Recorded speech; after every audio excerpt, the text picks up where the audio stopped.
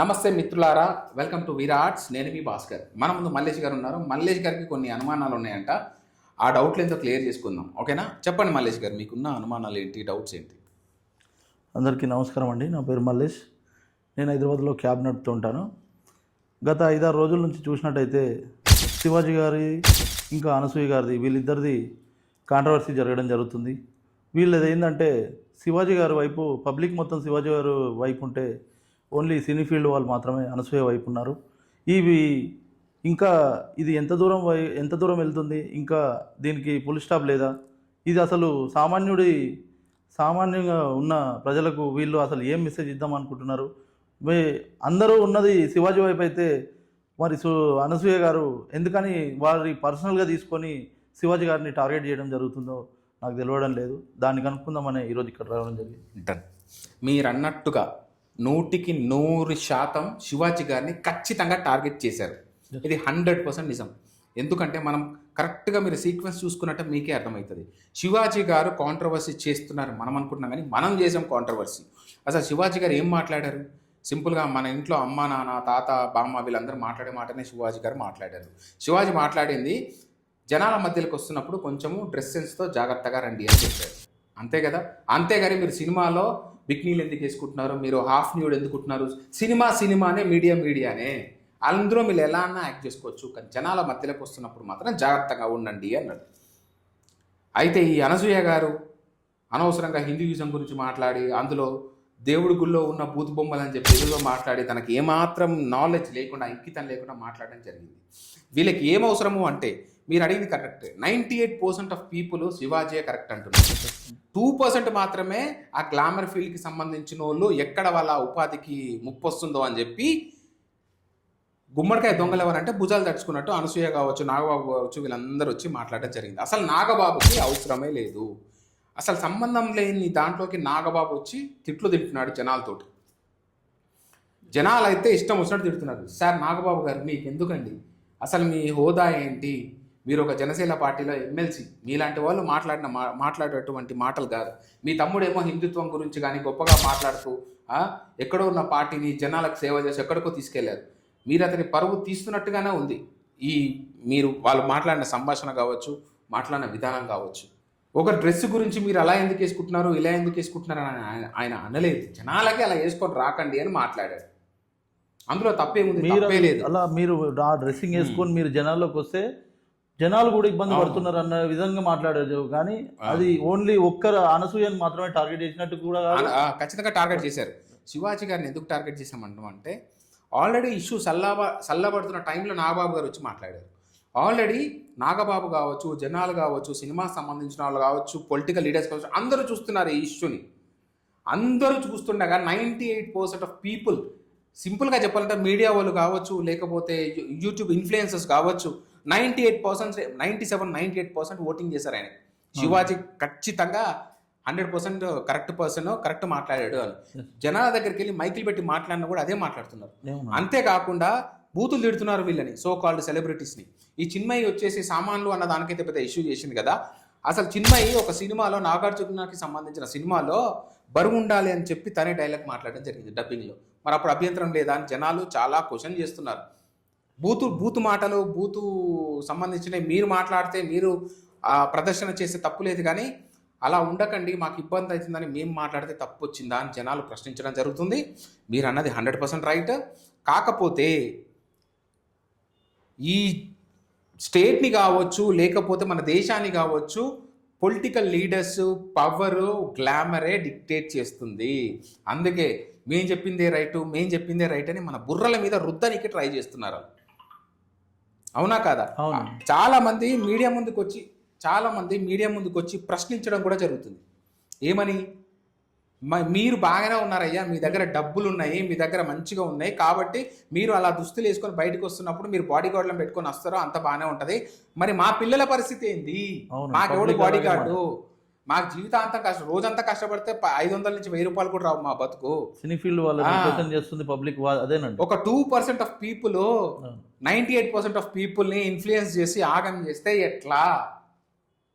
మిమ్మల్ని మీడియాలో మిమ్మల్ని వద్దనట్లే, మీరు బిక్నీలు వేసుకొని నటించండి, మీరు గ్లామరస్ గా పాత్రకు తగ్గట్టు మీరు ఎట్లానా నటించండి, బయటకి మీరు అట్లా అసభ్యకరంగా రాకండి, పబ్లిక్లోకి వచ్చేటప్పుడు పబ్లిక్ ప్లేస్లోకి అట్లా రాకండి ఫస్ట్ ఆఫ్ ఆల్ అని చెప్పి అదేనండి శివాజీ గారు చెప్పింది కూడా అదే. జనాలు కూడా అదే కోరుకుంటున్నారు. అవునవును. అవునా కదా? ఇప్పుడు చెప్పింది కూడా శివాజీ గారు అదే. అవును. ఏంటంటే మీరు సినిమాలో యాక్టింగ్ చేసేటప్పుడు ఎలాంటి బట్టలు వేసుకున్నా ఎటువంటి వేసుకున్నా మాకు అభ్యంతరం లేదు. ఎందుకంటే దాన్ని ఓన్లీ థియేటర్ లో చూస్తారు, ఇంకా కావాల్సిన అంటే షూటింగ్ టైంలోనే చూసుకుంటారు. కానీ మీరు ఇటువంటి టైంలో ఇటువంటి బయట ఏదైతే రిలీజ్ చేసే టైంలో వస్తున్నారో అప్పుడు మాత్రమే జనాలు మీ ముందరికి వస్తారు, మిమ్మల్ని చూడడం జరుగుతుంది. కాబట్టి మీరు ఆ టైంలో మాత్రమే మీరు అన్ని బట్టలు అనేది మన హిందుత్వానికి సంబంధించిన వేసుకొని రండి, మంచిగా వేసుకొని రండి, ఇటువంటి సామాన్లుగా కనిపించేటట్టుగా వేసుకొని రాకండి అని వారు బట్టలు వేసుకోవడం ప్రాబ్లమ్. మీరు ఏ బట్టలు వేసుకుంటున్నారని కాదు, మీరు వెస్ట్రన్ ఫిట్ వేసుకోండి, లేకపోతే మీరు చుడిదార్ వేసుకోండి, లేకపోతే శారీ కట్టుకోండి, ఎలానా కట్టుకోండి, అసభ్యకరంగా జనాలు అలాగే చూసే విధంగా రాకండి. ఎందుకంటే చిన్న ఒకటి గుర్తుపెట్టుకోండి, టీనేజ్లో ఉన్న పిల్లల్ని వాళ్ళ బ్రెయిన్ చెడు వైపే ఎక్కువ ఆకర్షితం అవుతుంది. అలా చూసినప్పుడు వాళ్ళు ఏ మార్గంలోకి వెళ్తారు ఒక్కసారి చూడండి. ఎందుకంటే మన పిల్లలు కావచ్చు, ఎవరైనా కావచ్చు, ఓ టీనేజ్ పిల్లలు 4 గోడల మధ్యలో ఏం చేస్తుంది అనేది ఎవరికి తెలుసు? ఒక్కసారి ఇంటర్నెట్ లోపలికి పోయి, ఎందుకంటే మన పిల్లలకి మనమే చెప్పుకోవాలి, తల్లిదండ్రులు కావచ్చు, లేకపోతే సోకాల్డ్ ఇప్పుడు సెలబ్రిటీ హోదాలో ఉండి ఒక విఐపి లాగా ఉండి మిమ్మల్ని వాళ్ళని ఆదర్శంగా తీసుకోమని ఎలా చెప్తాం మీరు అలా చేస్తున్నప్పుడు? ఎందుకంటే 4 గోడల మధ్యలో ఇప్పుడు ఎందుకో ఇబ్బంది అనిపించి చెప్పలేదు. 4 గోడల మధ్యలోకి వెళ్ళి ఆ పిల్లాడు ఏం కొడతారు తెలుసా? అనసూయ హాట్. అప్పుడు ఏమొస్తుంది? ఆమె ఏ కిడ్నీతో ఉన్న ఫొటోస్ ఆమె డైరెక్ట్ ఇన్స్టాగ్రామ్లో షేర్ చేసుకుంటున్నా అవన్నీ, లేకపోతే కొంచెం హాఫ్ న్యూడ్గా ఉన్న ఫొటోస్ ఇవన్నీ వస్తాయి. అవునా కదా? లేకపోతే కొడతాడు. ఇవాళ రేపు యూట్యూబ్లో పోయి కొట్టినామంటే మొత్తం భూత పురాణాలు ఉన్నాయి. పిల్లలు వీటికి ఆకర్షితమైనప్పుడు ఎంటర్టైన్మెంట్గా మీకు ట్యాక్సీ కడుతున్నాము, మీరు 1000 రూపాయలు టికెట్ పెట్టినా సరే మేము కొనుక్కుంటున్నామో చూస్తున్నాము, ఎంటర్టైన్ చేస్తున్నాము. మా ద్వారా కావచ్చు, జనాల ద్వారా కావచ్చు, యూట్యూబ్ ఇన్ఫ్లుయెన్సర్స్ కావచ్చు, డబ్బులు క్యాష్ అన్నీ చేసుకోగా మాకు వచ్చే బెనిఫిట్ ఏంటంటే మా పిల్లలు ఖరాబ్ కావడం అని జనాలు మాట్లాడే మాట. ఇది 100% నిజం. ఈ అన్విషయం ఏదైతే ఉన్నదో ఆయన మన కంట్రీలో ఉంటలేడు, అతను అసలు ఎక్కడ ఉంటున్నాడో కూడా తెలియట్లేదు కొన్ని సందర్భాలు. కానీ వారు కూడా ఇండియా గురించి, ఈరోజు హిందుత్వం గురించి వారు మరీ దారుణంగా శివాజీ గారిని మాత్రం అమ్మకారి నుంచి తిట్టాడు. అసలు ఇటువంటి సమస్య ఇటువంటి ఇదిలా మనకు అవినేష్ ఎవరైతే ఉన్నారో వారు శివాజీ వాళ్ళ అమ్మని తిట్టడానికి ఆయనకి ఎన్ని ఇదండి. సింపుల్గా చెప్పాలంటే అన్వేష్ అనే ఒక క్యాండిడేట్ ఒక పోరంబోకు. నేను కూడా అతడు వీడియోలు చేస్తున్నప్పుడు, ట్రావెల్ చేస్తున్నప్పుడు ఇంట్రెస్టింగ్గా ఉంటాయి కదా వీడియోలు అని చూడడం స్టార్ట్ చేశాను. అతను అమ్మాయి గురించి నేను మాట్లాడుతున్నాడు కదా, అతని మీద చాలా ఆరోపణలు ఉన్నాయి. ఇంకో ఆరోపణ ఏంటంటే 14 ఏళ్ళ అమ్మాయి మీద రేప్ చేశాడని తనే ఒప్పుకున్నాడంట. మాట్లాడుతున్నారు, యూట్యూబ్లో వస్తున్నాయి, మైనర్ బాలిక.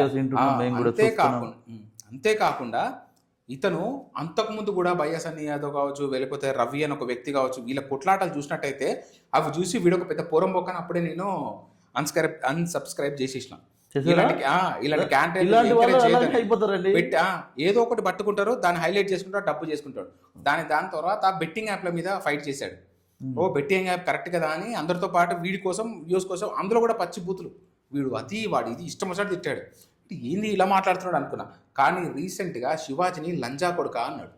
అదేంటండి అలా మాట్లాడు? లేడీస్ కోసం కొట్లాడేవాడు వాళ్ళ అమ్మని లంజా కొడుకు అనేవాడు తిడతాడా చెప్పండి? వాడికి అసలు ఇంకా సింపుల్గా చెప్పాలంటే సీతాదేవి మీద రేప్ జరిగింది అని చెప్తున్నాడు. వాడు ఏ చెప్పుతో కొట్టాలి, వాడికి ఎంత గడ్డి పెడితే వానికి అర్థమవుతుంది. వాడు కనుక సీరియస్ చెప్తున్నాడా? అలాంటి జదవల్ని, నీచ్ కమీన్ కుత్తేలని అన్సబ్స్క్రైబ్ చేయండి. అంతేకాకుండా ద్రౌపది గురించి కూడా దారుణంగా మాట్లాడాడు. ఈ యదవ, ఈ నికృష్టుడు మహాభారతం అనే ఒక ఎపిసోడ్ చేశాడు. వ్యూవర్స్ కావాలి, వాడికి డబ్బులు కావాలి, దానికోసం మహాభారతం గురించి చెప్పాడు. అది అయిపోయిన తర్వాత ఇప్పుడు మళ్ళీ మనకు సంబంధించిన దేవి దేవతల్ని తిడుతున్నాడు. వీని ఏ చెప్పుతో కొట్టాలి? వీని ఫాలోవర్స్ ఎవరైతే ఉన్నారో వాళ్ళకి సిగ్గు లేదా? ఫస్ట్ ఆఫ్ ఆల్ మన సీతాదేవిని తిట్టాడు. అసలు హిందుత్వం గురించి అసలు రేపిస్ట్ అంటున్నాడు ఆడు ఇండియాని. ఇగో ఇండియా అన్సేఫ్ అని ఎందుకంటారంటే ఇగో ఇలాంటి యదల వల్లనే ఇండియా అన్సేఫ్. ఈ అన్వేషణ యదల వల్ల ఇండియా అన్సేఫ్. కరప్టెడ్ ఎవరైతే పాలిటీషియన్స్ ఉంటారో వాళ్ళ వల్లనే ఇండియా అన్సేఫ్. ఇండియా ఎటువంటి దేశం? ఇలా దిగదారుస్తున్నారు. దీని వెనకాల ఒక పెద్ద ప్రాపగాండానే ఉంది. మన సంస్కృతి మీద మన మీద దెబ్బ కొట్టడానికి ట్రై చేస్తున్నారు. దీనికి ఎరనే ఇలాంటి ఎదవలు. చాలా జాగ్రత్తగా ఉండాలి జనాలు. మీరు ఎవరైతే ఉన్నారో అట్లీస్ట్ మంచి వాళ్ళని సబ్స్క్రైబ్ చేయకపోయినా పర్లేదు, కానీ అలాంటి ఎదవలను మాత్రం సబ్స్క్రైబ్ చేయకండి. ఇక ఇంతకంటే దీని గురించి ఎక్కువ చెప్పలేము. ఇంకొకటి ఏంటంటే అండి భాస్కర్ గారు, ఈ మంచు లక్ష్మి అనే ఆమె కూడా ఈ మధ్యలో కొన్ని డైలాగ్స్ వినబడుతున్నాయి. ఎందుకంటే అవి ఎప్పుడో అన్న మాటలైనా కానీ ఈ మధ్య ముందుకు తీసుకొచ్చారు వీటిని. అవును, ఇటువంటి శివాజీ టాపిక్ వచ్చింది కాబట్టి ఆ టాపిక్ లో మిమ్మల్ని అడగడం జరుగుతుంది. విన్నారా మీరు? నిన్న చెప్పండి. అయితే ఎప్పుడో వచ్చిన టాపిక్ కాదు, రీసెంట్ గానే వచ్చింది అది. అంతమంది ఆమె ఏమన్నారో నాకు తెలియదు, కానీ ఓకే, అది మాత్రం ముప్మాటికి తప్పే. ఎందుకు అంటే వాళ్ళు ఇన్ఫ్లుయెన్సరు, వాళ్ళు ఒక సెలబ్రిటీస్ కాబట్టి ఏమన్నా మాట్లాడొచ్చా? అదే మాటలు లక్ష్మి గారు ఏవైతే జనాలకు చెప్పిరో అది తన పెద్దగా అయిన తర్వాత తన కూతురుకి చెప్తుందా? లేకపోతే తన ఫిలిం సర్కిల్లో ఫ్రెండ్స్ ఉన్నారు కదా, ఆ ఫ్రెండ్స్కి చెప్పగలుగుతుందా? ఆ ఫ్రెండ్స్ ఎవరైతే వైఫ్స్ ఉంటారు కదా వాళ్ళకి చెప్పగలుగుతుందా? ఎందుకు ఇలా అడగాల్సి వస్తుంది నేనంటే మీరు ఒకసారి ఆలోచించుకోండి. అప్పుడే మన హృదయానికి టచ్ అవుతుంది ఎలా మాట్లాడినా. ఎందుకంటే తను చెప్తుంది మన అక్కలకి, మన చెల్లెలకి, అదే విధంగా మన వైఫ్స్ ఉన్నారు, అందరు ఉన్నారు వాళ్ళు, మన కూతుర్లు కూడా ఉన్నారు వాళ్ళు. అవునా కదా? ఇప్పుడు వాళ్ళకి సెలబ్రిటీస్ కదా, వాళ్ళు ఏం చెప్పినా చెల్తుంది అనుకుంటే అవి ఏం చెప్పిందో వింటాం. వినండి. మీరు ఎంతమందితో డేట్ చేస్తారో డేట్ చేయండి, నెంబర్ ఆఫ్ పీపుల్తో డేట్ చేయండి, తప్పు లేదు. అంతేకాకుండా ఒక బిర్యానీ తింటే నీకు అర్థమవుతుందా? టేస్ట్ 4 వెరైటీస్ ఆఫ్ బిర్యానీస్ అంటే బిర్యానీతో పోల్చింది. అంటే లైఫ్ బిర్యానీ క్యారెక్టర్ని, లైఫ్ని ఒకటే బిర్యానీతో పోల్చింది. ఏదో సింపుల్ గా 4 చూడు, 3 సెలెక్ట్ చేయి, 2తో మాట్లాడిన తర్వాత ఒకరిని వెళ్ళాడు, ఆ టైప్లో చెప్పింది. అది కూడా ఏంది, ఒకవేళ నువ్వు ఒకరితో ఉంటా అంటే డై, నీ సావు నువ్వు సావు, నీకు దిమాగ్ లేదు, నీకు తెలియలేదు, అదేం లైఫ్ రా అన్నట్టుగా మాట్లాడింది. ఏం చెప్పదలుచుకుంటుందో ఒకసారి నాకైతే అర్థం కావట్లేదు. అంటే ఇదేంటి 10 మందికి చెప్తుంది కదా ఈమె, సెలబ్రిటీస్గా ఉండి చెయ్యమని చెప్తుంది. అవునండి, ఎలా చెప్పగలుగుతారు మీరు? అంటే తను పాటిస్తూ వేరే వాళ్ళకి అలా చేయమనే కదా చెప్తుంది తను. ఇప్పుడు అదే విధంగా ఇప్పుడు తను చెప్పింది రైట్ అందామా? చెప్తామా? నీకు కూడా కూతుర్లు ఉన్నారనుకుంటాను, ఇప్పుడు నాకు కూడా కూతురు ఉంది. అదే విధంగా ఆమె చెప్పినట్టు చెప్తామా? ఆమె చెప్పినట్టుగా ఇప్పుడు ఆమె రైట్ అందామా, రాంగ్ అందామా? జనాలు భయపడుతున్నారు, అమ్మో లక్ష్మీ మనుషులు ఏమని అంటే మళ్ళీ అమ్మో ప్రాబ్లం అయితే అని చెప్పేసి భయపడి ఆమె దరిదాపులో కూడా ఎవడు పోతారు. అవునండి. ఇప్పుడు శివాజీ విషయంలో నాగబాబు రానవసరమే లేదు. ఎందుకు వచ్చిండు? వచ్చేసరికి అందరూ సెలబ్రిటీస్ కూడా భయపడి దూరం వెళ్ళిపోతున్నారు. అవును, మరి ఇప్పుడు ఇది పెద్ద స్కెచ్ కదా, శివాజీ మీద కుట్ర కదా? ఏందో తెలియదు. జనాలు అందరూ శివాజీని సపోర్ట్ చేస్తారంట, మిగతా మీడియా వాళ్ళందరూ శివాజీని సపోర్ట్ చేస్తారంట. కేవలం సినిమాకి సంబంధించిన వాళ్ళు, ఈ సీరియల్కి సంబంధించిన వాళ్ళు మాత్రం శివాజీకి సపోర్ట్ చేయరంట. మీకు అర్థం కావట్లేదా కుట్ర కాకపోతే ఏంటిది? అవునండి, మీకు క్లారిటీ వచ్చిందా? వచ్చింది. కాకపోతే మన సమాజానికి సీరియస్గా చెప్తున్నా, నాగబాబు అంటే నాకు కూడా రెస్పెక్టే, కాకపోతే చెప్తున్నా మాకు శివాజీ లాంటి ఒక పెద్ద మనిషే కావాలి. మీరు చెప్తే వింటాము. శివాజీ గారు మీరు సైలెంట్ కాకండి, మీరు ఫైట్ చేయండి, మీ వెనకాల మేము ఉన్నాము, మా తోచినట్టు మేము మాట్లాడతాము. మీలాంటి వాళ్ళు రాజకీయాలకు వస్తే ఇంకా మంచిది. పవన్ కళ్యాణ్ గారు ఎట్లయితే సేవ చేస్తున్నారో మీరు కూడా అట్లే సేవ చేయండి. అయ్యా నాగబాబు గారు, మీరు మాకు సేవ చేయకపోయినా పర్లేదు, కానీ మన సంస్కృతిని దాన్ని మాత్రము పెడుదారి పట్టియకండి. అదేవిధంగా మీకు ఏ పని లేకపోతే ఆంధ్రాకి వెళ్ళి పని చేసుకుని అంతే తప్ప సంబంధం లేని విషయాల్లో ఏలు పెట్టేసి గెలికేసి దాన్ని ఇంకా పెద్దగా చేయకండి. జనసేన పార్టీకి తప్పు పేరు తీసుకురాకండి. మీరు అన్నది నిజమే, ఎవరి ఫ్రీడమ్ ఆఫ్ డ్రెస్సింగ్ వాళ్ళకు ఉంటుంది, తప్పు లేదు, కానీ అసభ్యకరంగా వేసుకొని జనాల మధ్యలోకి రాకండి. ఇదొకటే విన్నపము, ఇందులో తప్పేముంది? మేము మధ్యతరగతి వాళ్ళము, మా బతుకులు ఎలాగే ఉంటాయి. బయటకు వెళ్ళేటప్పుడు అమ్మాయికి సెక్యూరిటీ ఉండాలంటే మీలాగా మా దగ్గర డబ్బులు లేవు, వాళ్ళకి బాడీ గార్డ్లను మేము పెట్టలేము. ఇది జనాల మాట.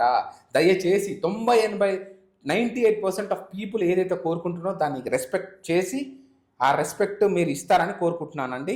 అదేవిధంగా ఈ అనసూయ లాంటి ఎవరైతే చీడ పురుగులు ఉన్నారో, ఈ చిన్మయ లాంటి చీడ పురుగుల్ని మీరు బహిష్కరించరు, అది వేరే విషయము. మేము మాత్రం దూరం పెడతాము, ఎందుకంటే మాకు నచ్చలేదు.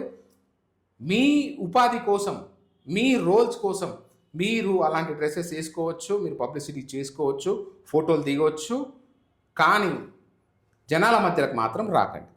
సో ఇది మల్లేష్ గారు కావచ్చు, నేను కావచ్చు, మా సామాన్యులం ఎవరైతే ఉంటామో మా విజ్ఞప్తి. Thank you so much. Video నచ్చిందని కోరుకుంటూ మళ్ళీ ఇంకో ఎపిసోడ్లో కలుద్దాం. Until then bye bye, signing off. నేను భాస్కర్ అండ్ ఇతను మల్లేష్.